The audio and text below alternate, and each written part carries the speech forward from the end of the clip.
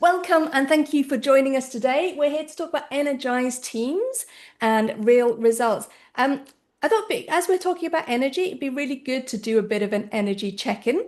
So I wonder if you can, now that you've tested that the chat works, if you could head over to the chat and let me know, just give me a green, yellow, or red, depending on your energy level. So green would be raring to go, feeling great. Yellow is like, oh, maybe flagging a little bit, maybe just sort of keeping my head above water. And red is like, I'm empty. Yellow, yellow, yellow, red. Heat is killing me. Yellow, yellow, green. Green, got some green, red. Okay, yellow, yellow heart. Yeah, got yellow color. Uh-huh. Yep. Nice. Yellow. Okay. Mostly yellows with some reds and greens mixed in. Yeah, Yeah. thank you. Yeah. Okay. Well, thank you for joining us with whatever energy you have today. For those of you who are green, you may find you can maybe try and spread that through osmosis through the chat to the rest of us. And those of you who are red, hang on in there. We'll see what we can do for you. Um, Obviously, this is all very dynamic. So today's session is all about just giving you some hints, some tips, and maybe just getting you thinking slightly differently about how energy shows up within your teams. So a little bit of introduction. My name is Grace Marshall. I'm one of the productivity ninjas here at Think Productive. We are an organization that is all about helping people to do their best work in whatever their situation. So in the best of times, in changing times, in uncertainty. And so we help people with all sorts of things, from practical things like your workload, your productivity, your well-being, to how do we work as teams and how do we lead teams. David, do you want to just say a couple of words of introduction as well? Yeah, thanks. Very happy to be here. Work with Think Productive on this session called Cracking the Engagement Puzzle, which will give a part of what you'll get taste about today. But I've been very fortunate to be in this space for quite some time, and it's very important to me that people are able to find work that they enjoy, that's meaningful. We all do it. We spend so many hours doing it. So let's make it as fun and interesting as possible. And so that's everything I work on is related to that. And so thanks so much for being here and being a part of that. It's my honor to talk to you today. Absolutely. And in terms of how today works, as one of our skills booster sessions, we aim to give you within a 45-minute space, we'll give you some content, we'll give you some ideas, some insights, and some practical things that you can take away and start using. It is an interactive session, so we will be asking you to chime in on the chat, and we will have some Q&A at the end as well. Typically, it's roughly 30 minutes of content, 15 minutes Q&A, but as we go through the session, we may start bringing those questions in as we go through. So we'll see how it goes. It's a little bit dynamic.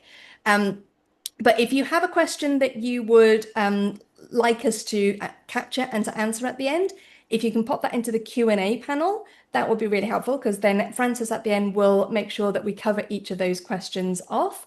And anything else, pop it into the chat and we will pick that up as we go along. Francis is also here from our TPHQ team to help you. So if you're struggling with anything or you want to find a link to something, just pop a note into the chat and Francis will go and find that for you. Brilliant. So yeah, David, do you want to kick us off? Yes. Okay, let's dive in to one other example of how we can reimagine work. Grace already shared with you the rules of the road. So, happiness at work. Happiness and energized, feeling energized about your work, feeling happy. They are actually, we have some research that shows they are intimately connected.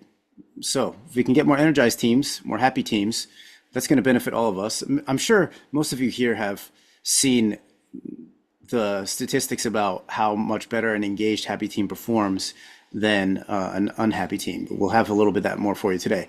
But right now, I want to show you some results from Oxford University and Indeed. They came up with this study that looked at 5 million plus workers who submitted a survey, completed a survey, and they came up back with some interesting information about what makes people happy at work. Now, first, let's do a chat poll. What percentage of happiness at work is explained by pay, what people are paid? When you ask them how happy they are at their work, you ask them about their salary, you ask them about all kinds of other things going on at work, what percent of their happiness at work do you think is explained by pay, by how much they're paid? I mean, that's why so many of us work, right? So we can be paid. So what percent of happiness is explained by pay? What do we get in the chat? 60 to 80, 25, 70, 10, 20. I missed a couple. You might have to help me with the chat, Grace, because it covers some of my presentation. 40%, 8%, 15, over 60 at least. Depends on the pay level. Yeah, good point. Good point. So Yeah.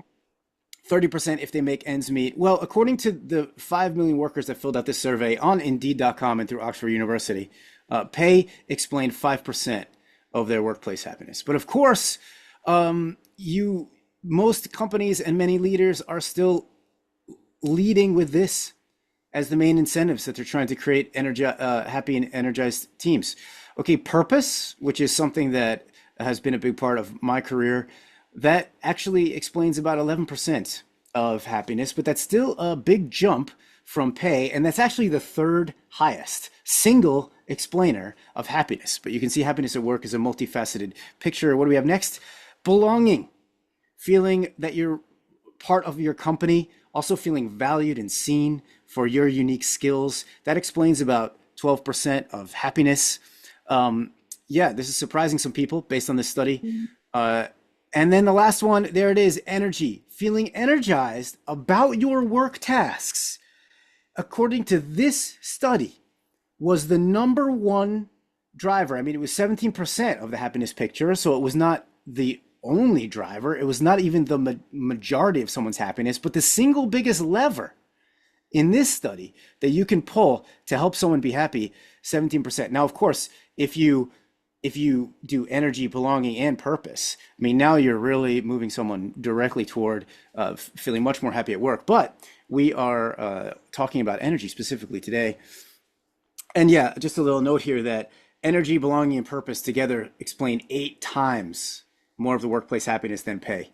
Yeah, leaders are still leading with pay. So we don't want to do that. Anybody here, we don't want to do that. So, and why is this mattering to us? Just as a reminder, I'm sure you've all seen these statistics, but productivity, customer rating, sales, profitability, organizational participation, and thriving all shoot up when you have an engaged, happy team. So that's why being energized is so important. Being energized about your work.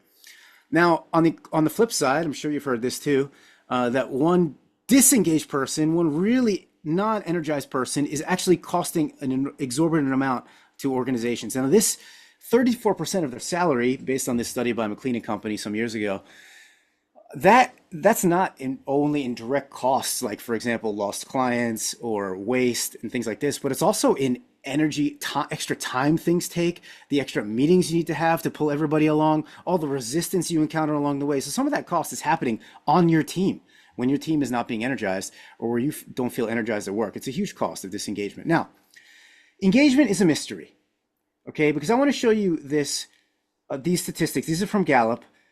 We have engagement numbers going back to way earlier than 2016, but I just wanted to look at the last 10 years when there's especially been a big push in creating more engagement at work. So in 2016 in the United States, it was 31% of people were engaged. In 2026, 31%. Despite 10 years of knowledge about engagement, 10 years of interventions by companies. Globally, it was 22 in 2016 and it's 20% now. Actually lost a couple of spots of engagement over the last 10 years.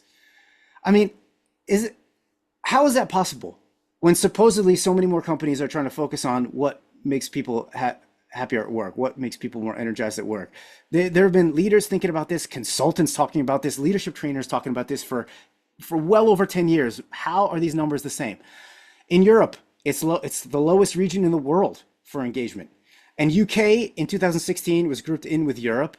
But in 2026, UK was looked at. We have numbers for UK by itself. In UK, it's 10% of workers are actually engaged, according to Gallup's most recent results. Like, that hurts. That hurts. You know, think about all that money from the disengaged employees that is getting wasted. Think about all those benefits that are not happening. Yeah, no, UK, right, exactly. Okay, so this is a tragedy, but also it's a mystery. How have we not moved these numbers in 10 years for the better? How? Well, this is something very, very central to my work, and we're approaching one of the things I want to tell you today, that if you leave with this idea, it's one of the most things I really want you to leave with and think about. Okay. So, which can help you as a leader and help you create more energized teams. These are the reasons why leaders will say they don't do engagement, but these are not excuses that explain 10 years of interventions not making a difference. But this is why people say they struggle with it.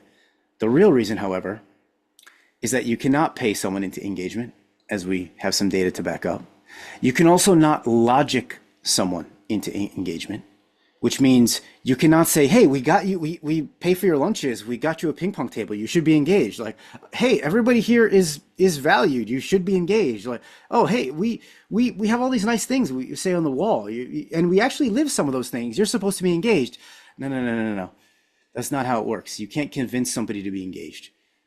Just like you can't convince somebody to be joyful about something they're not joyful about. Just like you can't convince someone to be excited about something that they're not excited about. Just like you can't, if someone's sad about something, you can't convince them to not be sad, right? So what am I saying here? I'm saying engagement is a personal, emotional process. Engagement is not a logical process. It's emotional. It's a subjective process that happens inside of somebody based on their emotional experience.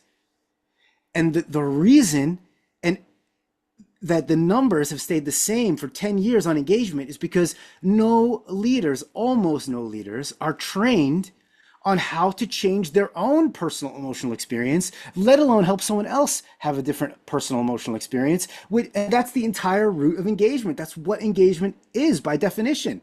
Excitement, joy, aliveness, energy. Those are personal emotional things happening inside each of us.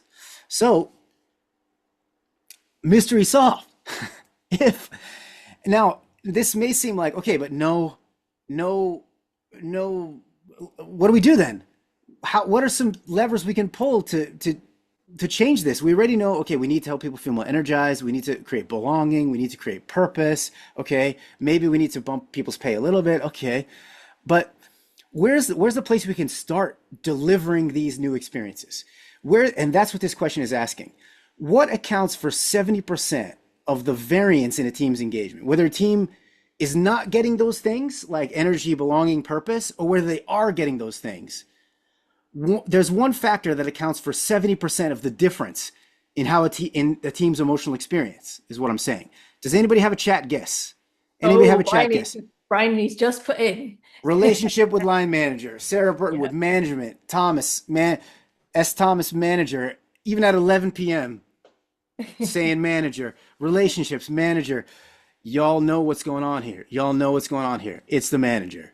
70% of the variance in engagement is the manager. And that means the biggest lever that we can pull to create more energized teams and for you to get more energy in your work yourself is how can the manager find out what energizes people and make sure they're working on that? How can the manager find the belonging, what creates belonging and do things that create belonging for people? How can the manager make the work more meaningful, just even on the team, on a day-to-day basis?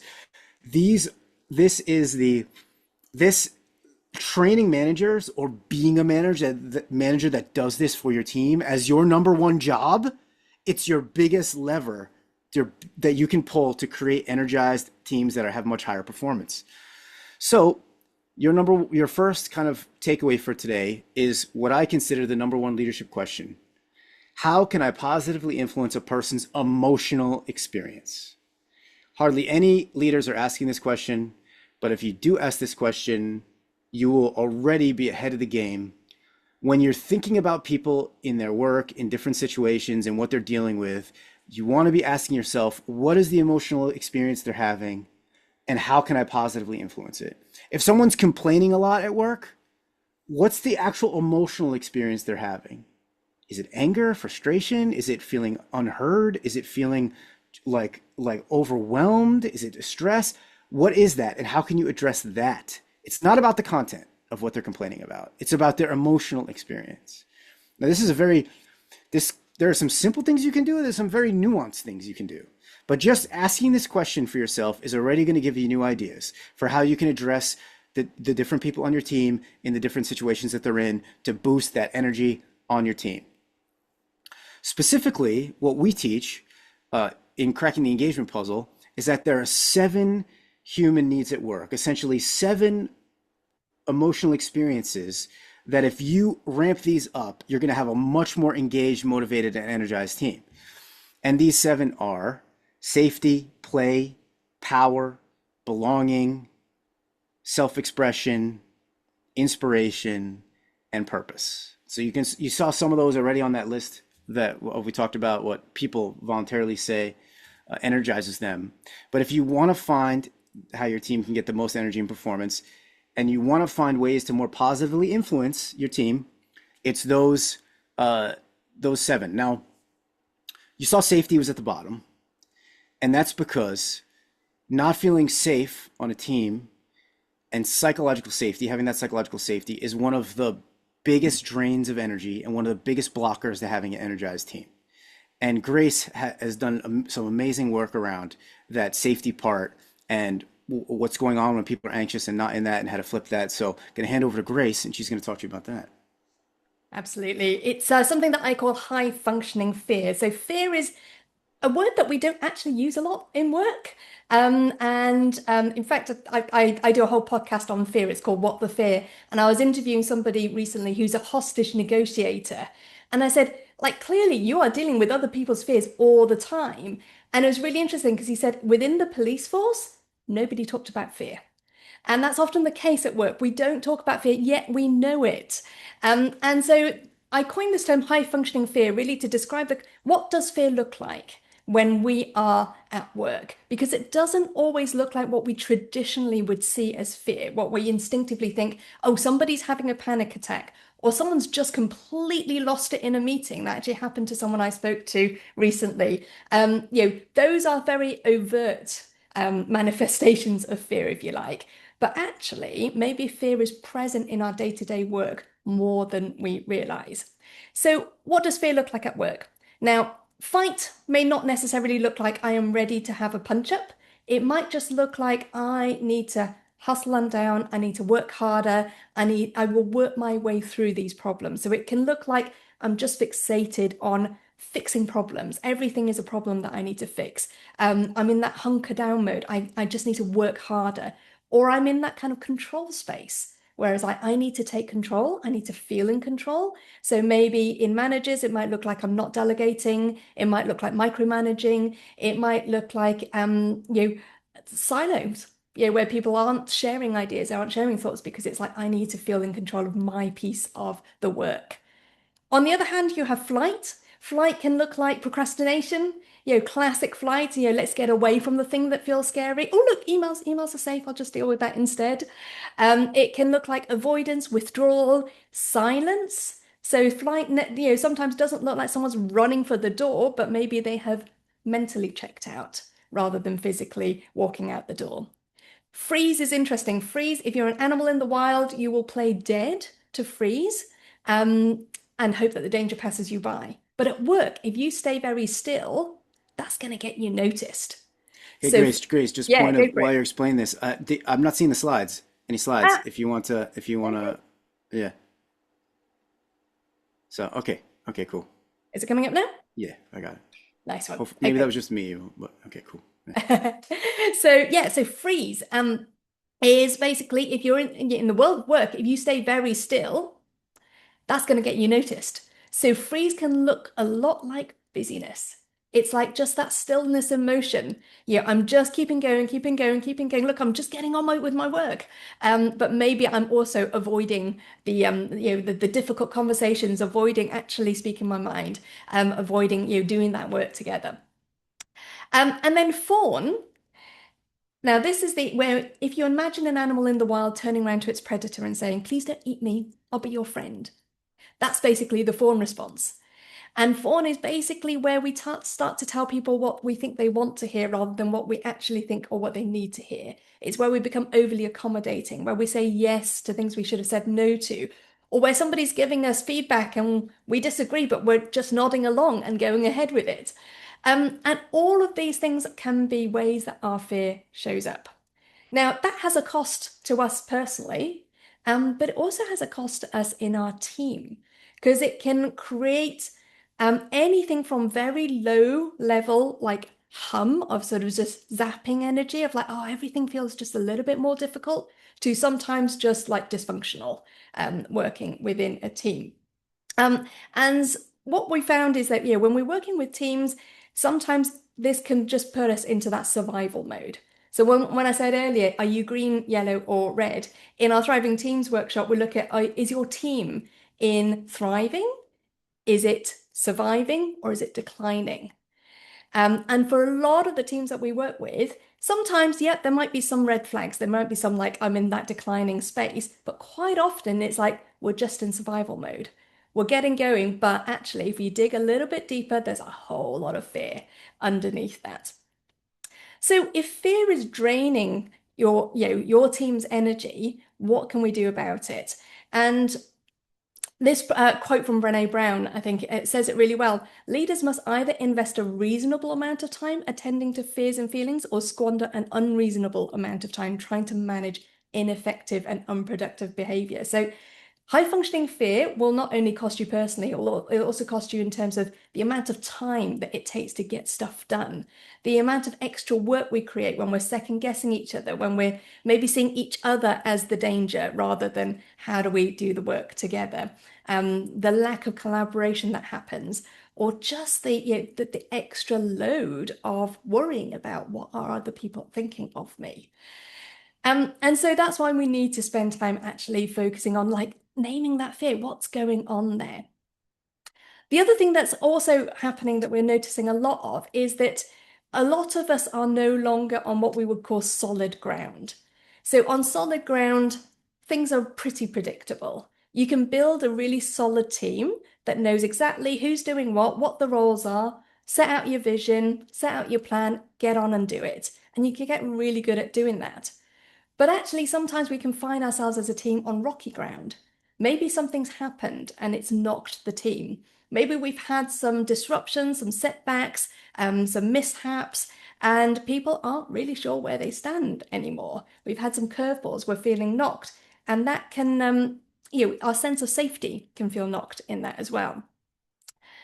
Or perhaps you're in uncharted waters. You know, like the familiar ground is gone and you are just, everything is in flux. It all feels uncertain. Nobody really knows what they're doing anymore. And that's how it's feeling. And now, if you're on uncharted waters, what you base your safety on probably isn't going to be, I know exactly what to expect at work today. I know exactly what my job is and I know I can get it done. Things are going to go to plan because we don't even know what the plans are. And so this can also create that sense of lack of safety as well. Just give me in the chat, which of these do you resonate with at the moment? Do you feel like as a team, is your team on solid ground, rocky ground, or uncharted waters? While people are chatting, I'll just also throw out the idea that where your team is sitting might have nothing to do with your team. It might have to do with the society's something going on in society or something going on in the company, and that could throw you into one of these spots. So, just to open that up a little bit. Hmm. We got Uncharted Rocky, Uncharted Rocky Rocky, on the shore of Uncharted Rocky, bit rocky, following a big merger. Hmm. Weirdly, when we're in uncharted waters, people seem to be better at working together and supporting each other. Is this Oh. like blitz sprint idea kicking in? This person's saying, Oh, I uh, like that idea of like we're in crisis. Okay, we've got to like hunker in together. Yeah. yeah, yeah. Rocky, Uncharted, we ricochet. Mm. Yeah, Yeah. um, yeah, Rocky. But someone said what's tricky is that people feel dotted throughout. Like some people feel they're on solid ground, some people feel they're on rocky ground. Yeah. Yeah. Yeah. And someone said my team is solid. It's the other departments. Yeah, totally. Yeah. Absolutely, that can happen too.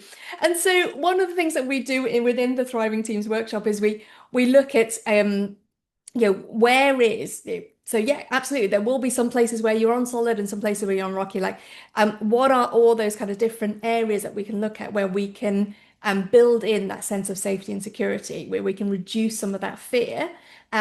in people's emotional experience within the team. And there's different ways of doing that. And we'll share some tools in the time that we have left. But one of the big things to start with is just to name the fear. So the thing about fear is what we tend to do with fear is we try not to look at it. It's like danger, don't go there. Whereas, one of the things you can do is once you start naming what is that fear, what are some of those underlying fears? And like David said, it might not be to do with the team itself. It might be to do with like the wider stuff that's going on in life. But being able to name it, being able to call it out means that you can actually see it for what it is. And also you can start to get curious about it. So this is a quote that comes from my book Struggle, which is like fear says danger, don't go there. So I want to get away from this. Curiosity says, that's interesting. Let's take a closer look. So I talk about curiosity being like the antidote to fear. So I'm actually going to invite you to do that on the chat and name what would you call some of those fears that may be surfacing or maybe under the surface for you, for your team. What are some of the fears that your team is navigating right now in those rocky and uncharted territories?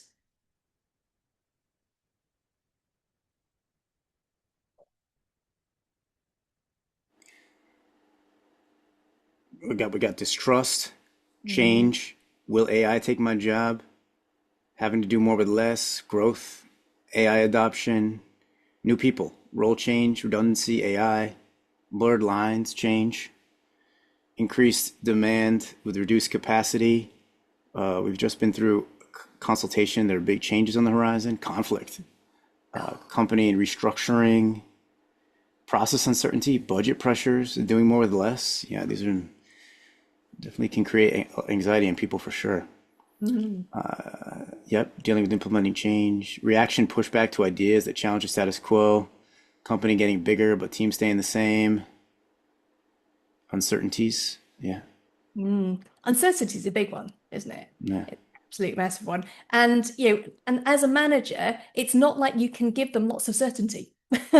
So what does it look like to lead in uncertainty? There are going to be so many things where your answer is, I don't know, because we don't know. And actually, to call back to what somebody called that blitz spirit, it's interesting, isn't it? How sometimes if we can somehow embrace that uncertainty, we can create a little bit of clarity for us as a team, even if we don't know when the next bomb is landing, to use that blitz analogy. We don't know what the next, what's behind the next, around the next corner, if you like. But where leaders can maybe create some clarity is actually by having a much more open conversation. It's not saying, here's where everything is going to go. It's maybe being really open with, here's what we don't know. Here's what we know at the moment. Here's where things might change, being willing to change your mind because the data is going to change. And that can be really important as well. David, anything you want to add to that on in terms of fear of uncertainty?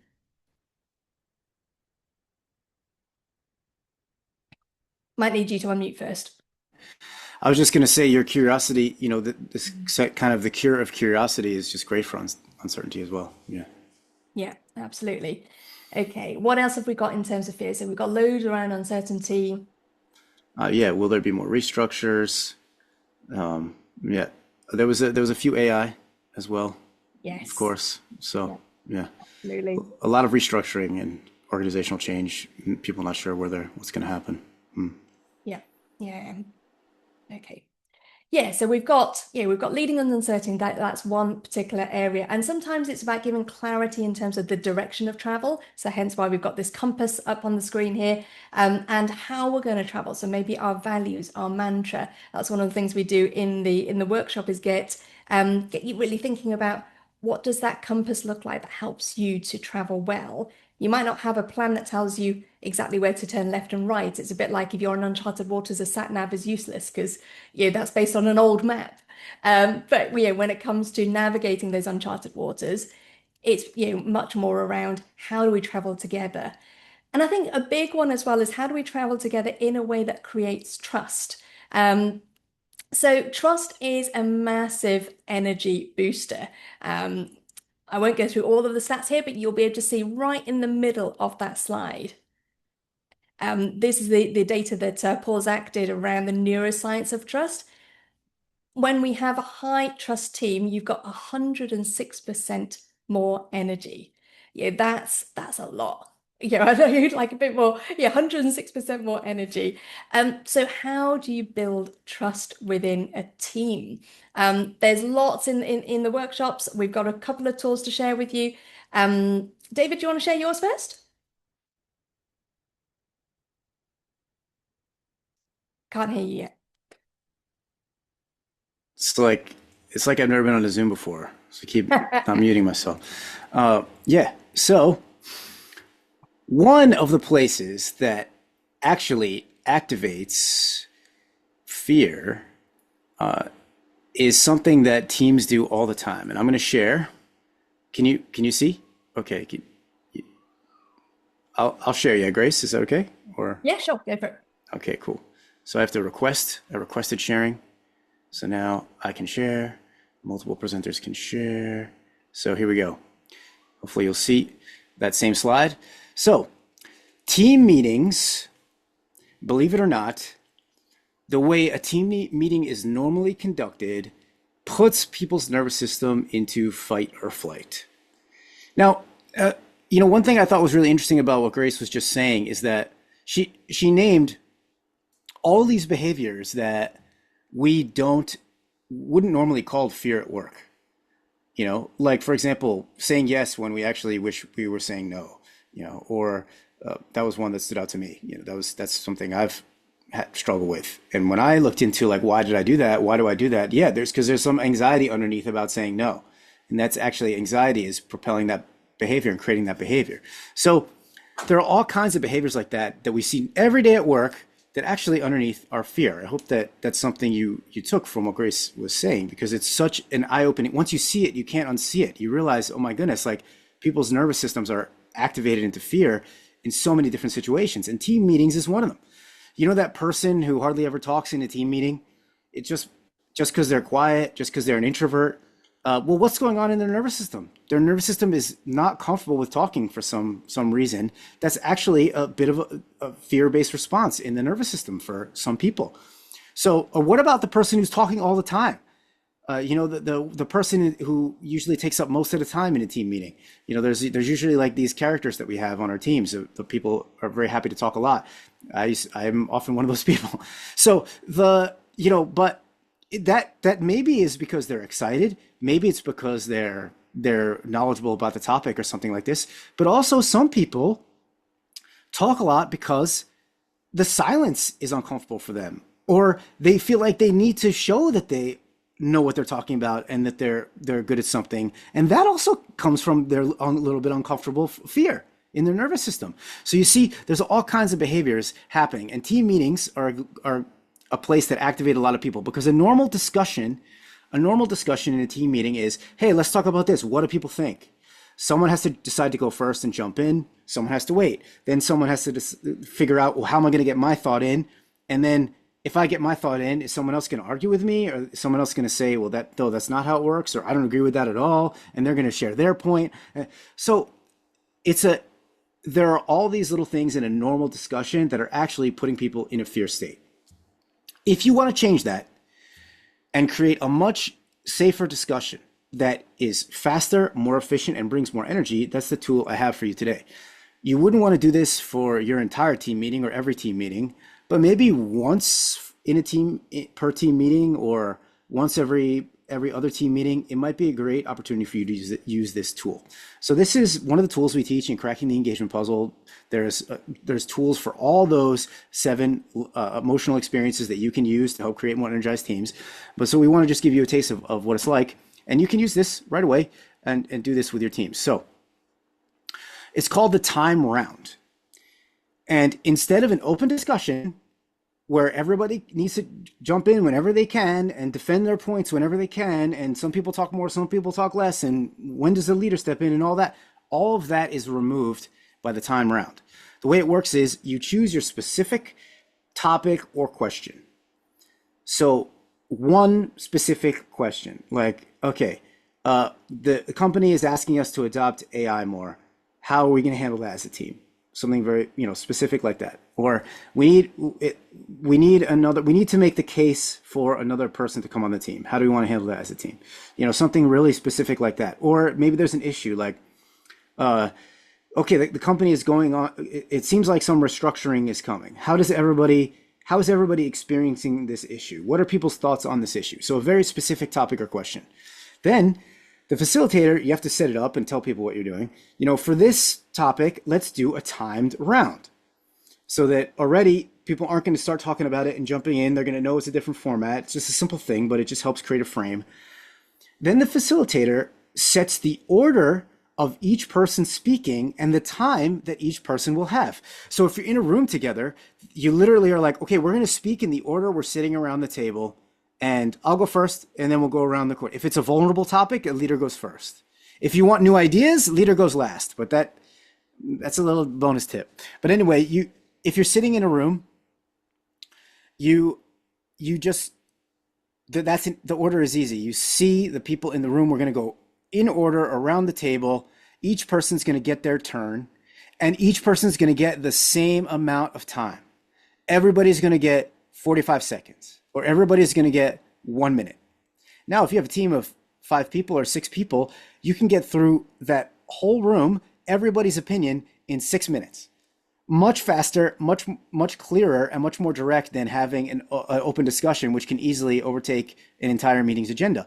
So you can use this for these specific spots like this where you want to get really tight conversations. On an online meeting, the facilitator will have to find some other way to create the order. Typically, what I do is I just type everybody's name in the chat, and the order they appear in the chat, that's the order we're all going to speak. Yeah? And then after the last person that goes, the person at the top will go, things like this. So but you want the order visible to everybody so that people don't have to worry about when's my turn. When do I have to get my point in? When do I have to jump in? And you want the time to be the same for everybody, because having the same time to speak is one of the signs of a psychologically safe team. That's one of the ways you can measure whether a team is psychologically safe, is if people share roughly the same amount of time speaking over the course of a meeting or a course of a day. So you build that in with this exercise. And then the group conducts the conversation. Each person speaks only on their turn, no directly addressing what someone else said.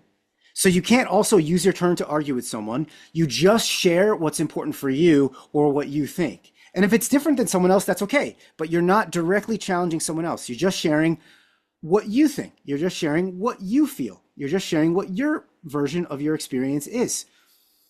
And there's some chats, which I'll check in a minute. When a person runs out of time, the facilitator holds up their hand like this or makes a noise. Sometimes you can do fun things. You can have a little bell. You can have a buzzer. You can have like some weird stuffed animal that makes a noise, or you can just hold up your hand. And that the person who's speaking finishes their sentence. But here's the interesting thing. If someone does not use their whole time, they still get their whole time, because that creates the psychological safety, and that creates a sense of pace and calmness in the room. And also it gives them a chance just in case something else comes up for them. So if you give everybody a minute and someone talks for 40 seconds, you're gonna wait. The whole group's gonna wait for 20 seconds, and the facilitator can say, okay, we're just gonna wait, see if anything else comes up for you, anything else important. And it might feel a little bit uncomfortable, but that person will appreciate over time, they will appreciate that they got the same amount of time as everybody else. They got the same chance to share as everybody else. And very often something else comes up. Finally, a final point on this, anyone can pass when it's their turn.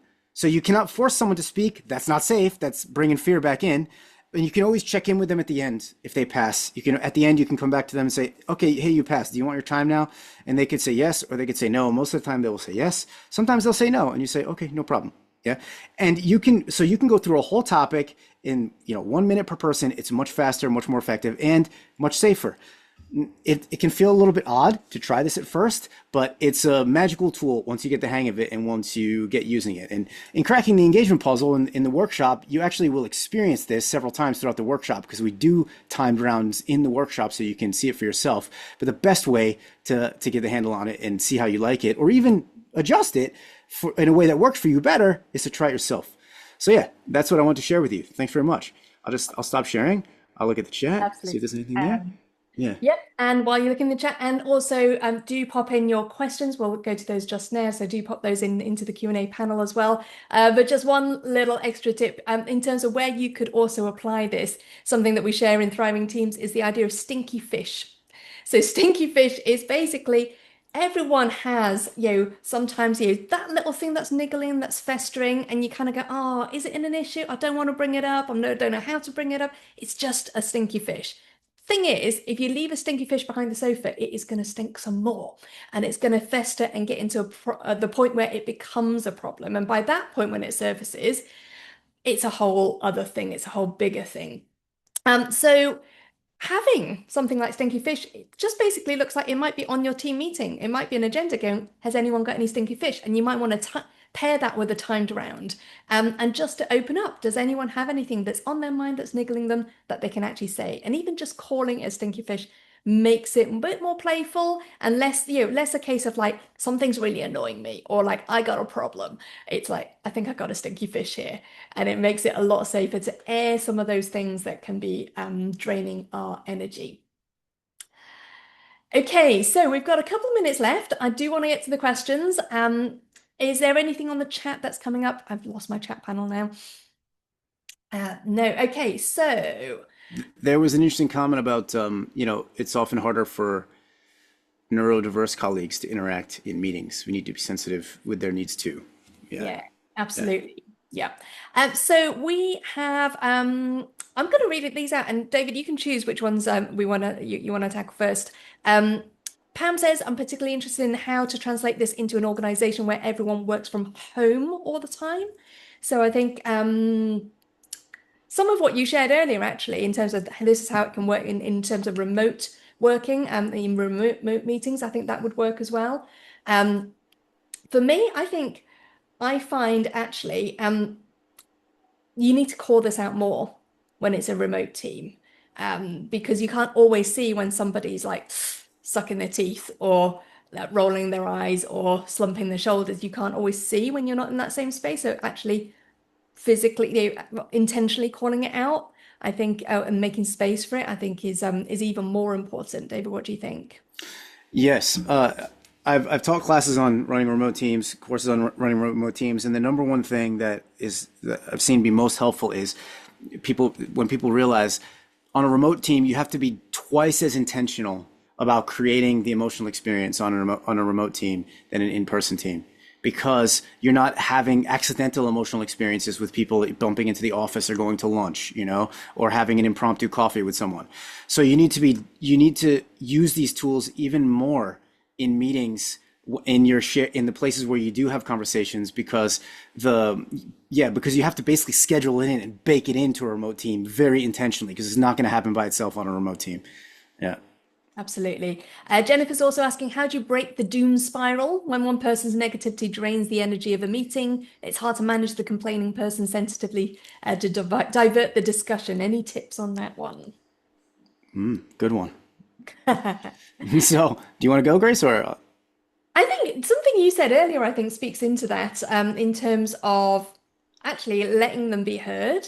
So it might not be within the meeting, it might be separate from the meeting, but giving them some space to actually get off their chest what it is that's and also then diving into what's the need beneath that. So sometimes we can all find ourselves in that complaining spiral, but what's the underlying need that's not being met there? I think is a good question to ask. Yeah, yeah. And what I find in those situations is emotions are energy. Emotions are energy moving through a human in different forms, right? So when someone's in a doom spiral, like talking about really negative ideas or complaining, one thing that I found helps is to not address the actual, top level of their complaints, but what's the emotion they're experiencing. So like oh man, I hate this. This is going to be terrible. The company restructure is going to be so much worse for our team. We're going to have twice as much work, and it's going to be twice as bad. It's going to be twice as hard. And this is terrible. I can't believe the leaders are making this decision. Okay. Oh man, like you sound like really frustrated by this. It sounds like really overwhelming. Like, are you feeling like really overwhelmed? What is it? Are you feeling like angry about this? Take it to the emotional level. You can already maybe feel when I ask that question, all of a sudden now there's some energy happening, right? And then someone might be, yeah, I'm angry about this. I'm angry. But like, well, I can resonate with that. I'm angry too. I have anger too. You know, it's a that's like normal to feel that in this situation is some anger. And now, oh, no, the whole conversation is different now, you know, and the person feels more heard. You've put a finger on where the energy is, so it's less draining when you work at it at an emotional level, in my experience. Yeah, absolutely. There are a couple more questions, and for anyone who wants to stay a little bit later, we're happy to answer those as well. But for anyone who does need to dive off, just want to kind of round off the time with you. Obviously, it's been a tiny amount of time today, so we've only just scratched the surface. Maybe that one question is the thing that you take away that David talked about earlier, like how do I change the emotional experience of somebody within my team? For more details of like the sessions that we're doing, we talked about thriving teams and we talked about cracking the engagement puzzle. So those are the two workshops that we run. Feel free to scan the code, have a look at the session, let us know if you'd like us to come in and run that with you, or if you'd just like to chat to us about what's in the session and how we can help with that. If you want a mix of the two, Dave and I would love the opportunity to tag team on this. So we could bring the two together and do an overall energized team experience for you. Um, but do get in touch and we'd love to chat further about that. Couple of final questions. Now, let me see. I've just lost it in the chat. Tracy says, how do you ask open questions to encourage more conversations in a team meeting? Doesn't have to be work-based, just to encourage more chat in a remote Microsoft Teams call where people are reticent to get involved. David, have you got Ooh, any thoughts on that? yeah, I got one on that one. It depends maybe how big the meeting is, but uh, one of the one of the best pieces of advice I ever got for running remote meetings, which was long ago, was as soon as people get in a meeting, get them speaking. Don't make it just be a passive experience for them. So, uh, if people are reticent to talk in front of the group, put the meeting into breakouts right away. Just pairs of people. Even if it's like 4 or 5 people in a meeting, you can just put people into pairs. Hey, discuss this specific topic. Hey, discuss this specific thing going on at work. Or it could be more playful. It could be not about work. It could just be like, hey, we're going to start the meeting today. Discuss the last thing vacation you went on that was really good. Give the other person vacation tips. Whatever. Give the other person parenting tips. Whatever. You know, the but but yeah, you can put them in smaller groups. So basically, they're like with one other person, and then in that situation, they'll more likely be willing to talk and interact. Then you can come back to the main group. You can be like, hey, what was surprising in those discussions? What do people discuss? Let's get a summary. If it's a work topic, you could be like, let's get a summary from the meeting from everybody, and you've created a different situation. That's one thing I would try if you haven't tried that already. But let me know, Tracy, if you've tried that already and you want something else, Yeah, or if you haven't absolutely. tried that. Yeah. And Joe is saying tips on supporting a team where energy levels dip during a prolonged busy period, or particularly feelings of overwhelm. So this is where I often talk about pitching your tent in the middle of the desert. So creating those pause moments, whether that's individually for yourself or actually as a team, having some of those pause, moments. I call them campfire conversations. It could be literally around a campfire, or if it's remote, often it is just the sense of like, let's gather together. This is not about like how many things can we tick off the list. This is about just, let's just check in with each other. How are you doing? Let's take a breath, take a pause. What's going on? Maybe we'll let some stinky fish out the bag. And then giving yourself that like rhythm of recovery really is what is going to help you to recharge rather than keep going. Also, each person might have a different way they recharge, different way they Mhm. relax, or actually a slightly different specific thing that's making them overwhelmed. It might be not the same thing making each person overwhelmed. So, Grace's advice of getting much more curious than you're used to getting, asking much more questions about what you're used to asking. Like, what's really going on here? What are you really feeling? What are you really experiencing? What's the worst part of this? What's the most challenging part of this? What's one way that you know recharges you? What's one thing brings you some peace? Do you ask your team those questions that specifically? You need to. You need to start asking. Get way more curious. That's going to Yeah. help you with everything we've talked about. Great stuff. And that crowdsourcing is a really good shout as well because there is a lot of wisdom in the room. I can see that happening in the chat already. Jennifer's just offered using a one-word check-in to help everyone speak at the start of the meeting. Nice one. And we've shared in sessions before that sometimes we have a squirrel check-in, and it's like a 9 different squirrels, and you pick the one that looks most like how you're feeling today, and that can be a really quick check-in. Also makes you laugh, which is a great energizer as well. But even asking like what helps you to energize, as part of that team rhythm, crowdsource from your team as well.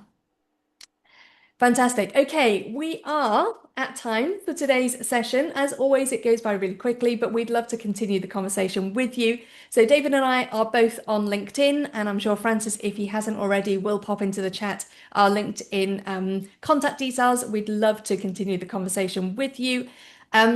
Do get in touch if you'd like to chat about the session or anything that's come out of today's conversation. So if there's something that we've said that you like, I'd love to just grab 5 minutes and just ask you a bit more about that, then do get in touch with us. We're very happy to help. And yeah, I don't think we need to share anything else other than, yeah, the important thing is not to stop questioning. Curiosity has its own reason for existing. So maybe if we just leave you with that and say thank you very much for joining us, and hope to see you again on another Skills Booster. Thanks very much, everybody. It was our pleasure.